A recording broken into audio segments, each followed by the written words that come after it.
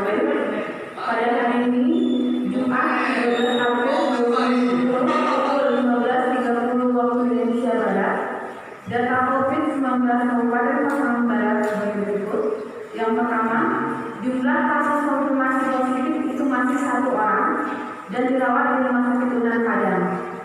Yang kedua, pasien dalam pengawasan atau PDP total kumulatif masih sama dengan kemarin, yaitu 8 orang dengan keterangan 7 orang swab negatif dan dinyatakan sembuh, 1 orang meninggal itu masih menunggu hasil swab. Orang dalam pemantauan atau ODP, di mana total kumulatif sampai hari ini sebanyak 182 orang dengan keterangan 48 orang itu masih dalam pemantauan, 134 orang sudah selesai pemantauan.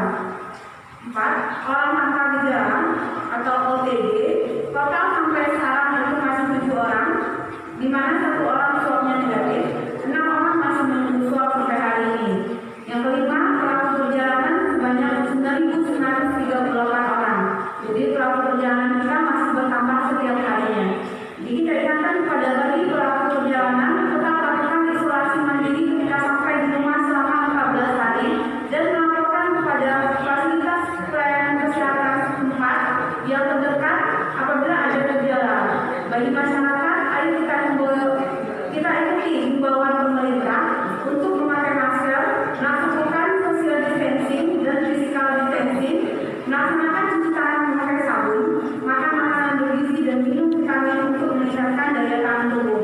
Jadi kembali kami beritahukan bahwa kasus kumulatif konfirmasi positif kita itu masih 1 orang. Untuk PDP kita itu masih menunggu hasil swab. Jadi untuk yang PDP yang meninggal dan juga orang tanpa gejala yang dilakukan dan kontak terhadap kasus positif itu masih menunggu swab, masih menunggu hasil dari laboratorium Unan. Sekian, terima kasih. Assalamualaikum warahmatullahi wabarakatuh. Pasien yang kontak langsung dengan pasien positif asal Palu ataupun Sinurui, kondisi sekarang kapan diperkirakan hasil swab itu keluar, termasuk dengan ada kita inisial S, dan kemudian berapa jumlah total orang yang mungkin dikonfirmasi ataupun hasil tracking dari 2 pasien, 1 pasien positif dan 1 PDP yang meninggal di Sipatika itu lah. Jadi untuk hasil kita di awal dulu jumlah orang yang hasil tracking. Kalau untuk yang adik kita yang almarhum S itu masih 1 orang yang kita periksa swabnya dan itu masih menunggu sama dengan almarhum, itu masih menunggu hasil swabnya. Kemudian untuk yang di kasus positif itu kontaknya ada 11 orang, jadi juga itu masih menunggu hasilnya, jadi hasil belum keluar.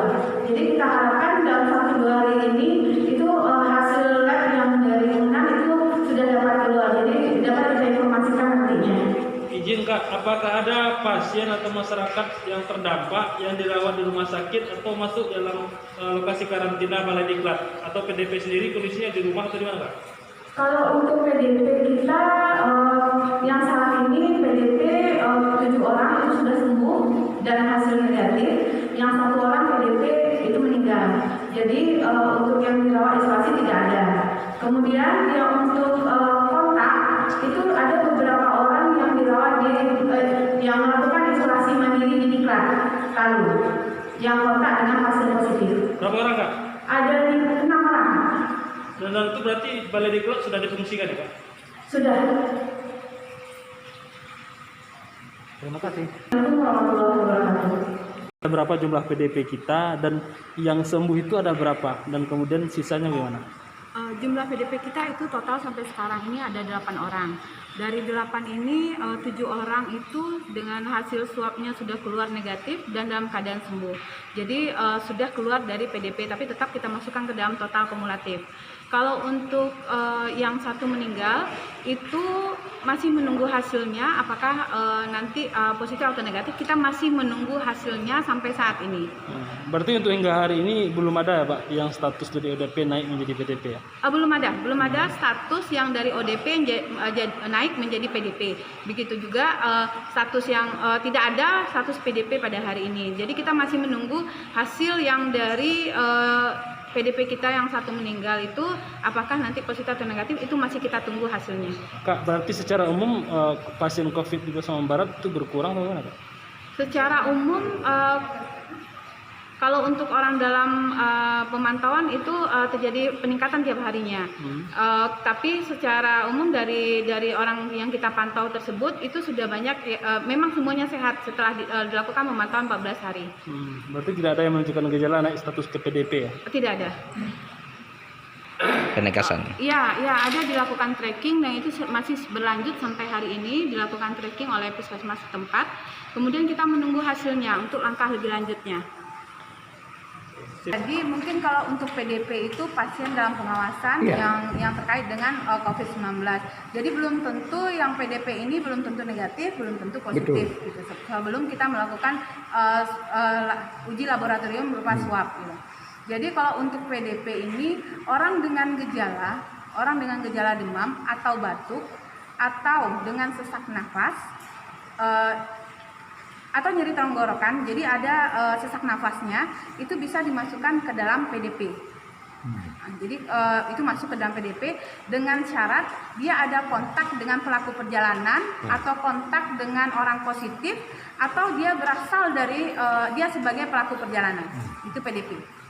Ya, Pak. Nah, jadi ini Hanya ada orang yang demam, dia tidak ada riwayat bepergian, dia tidak ada riwayat kontak dengan orang pelaku perjalanan, dia tidak ada riwayat bepergian, tidak ada kontak dan tidak ada kontak dengan orang positif, ya dia cuma demam biasa.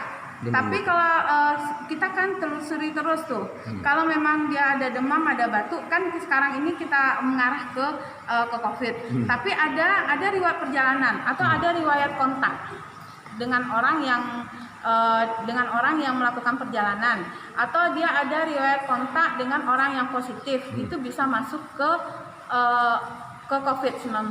Jadi cuman untuk ODP, PDP itu masih belum bisa kita katakan positif sebelum kita tahu swab.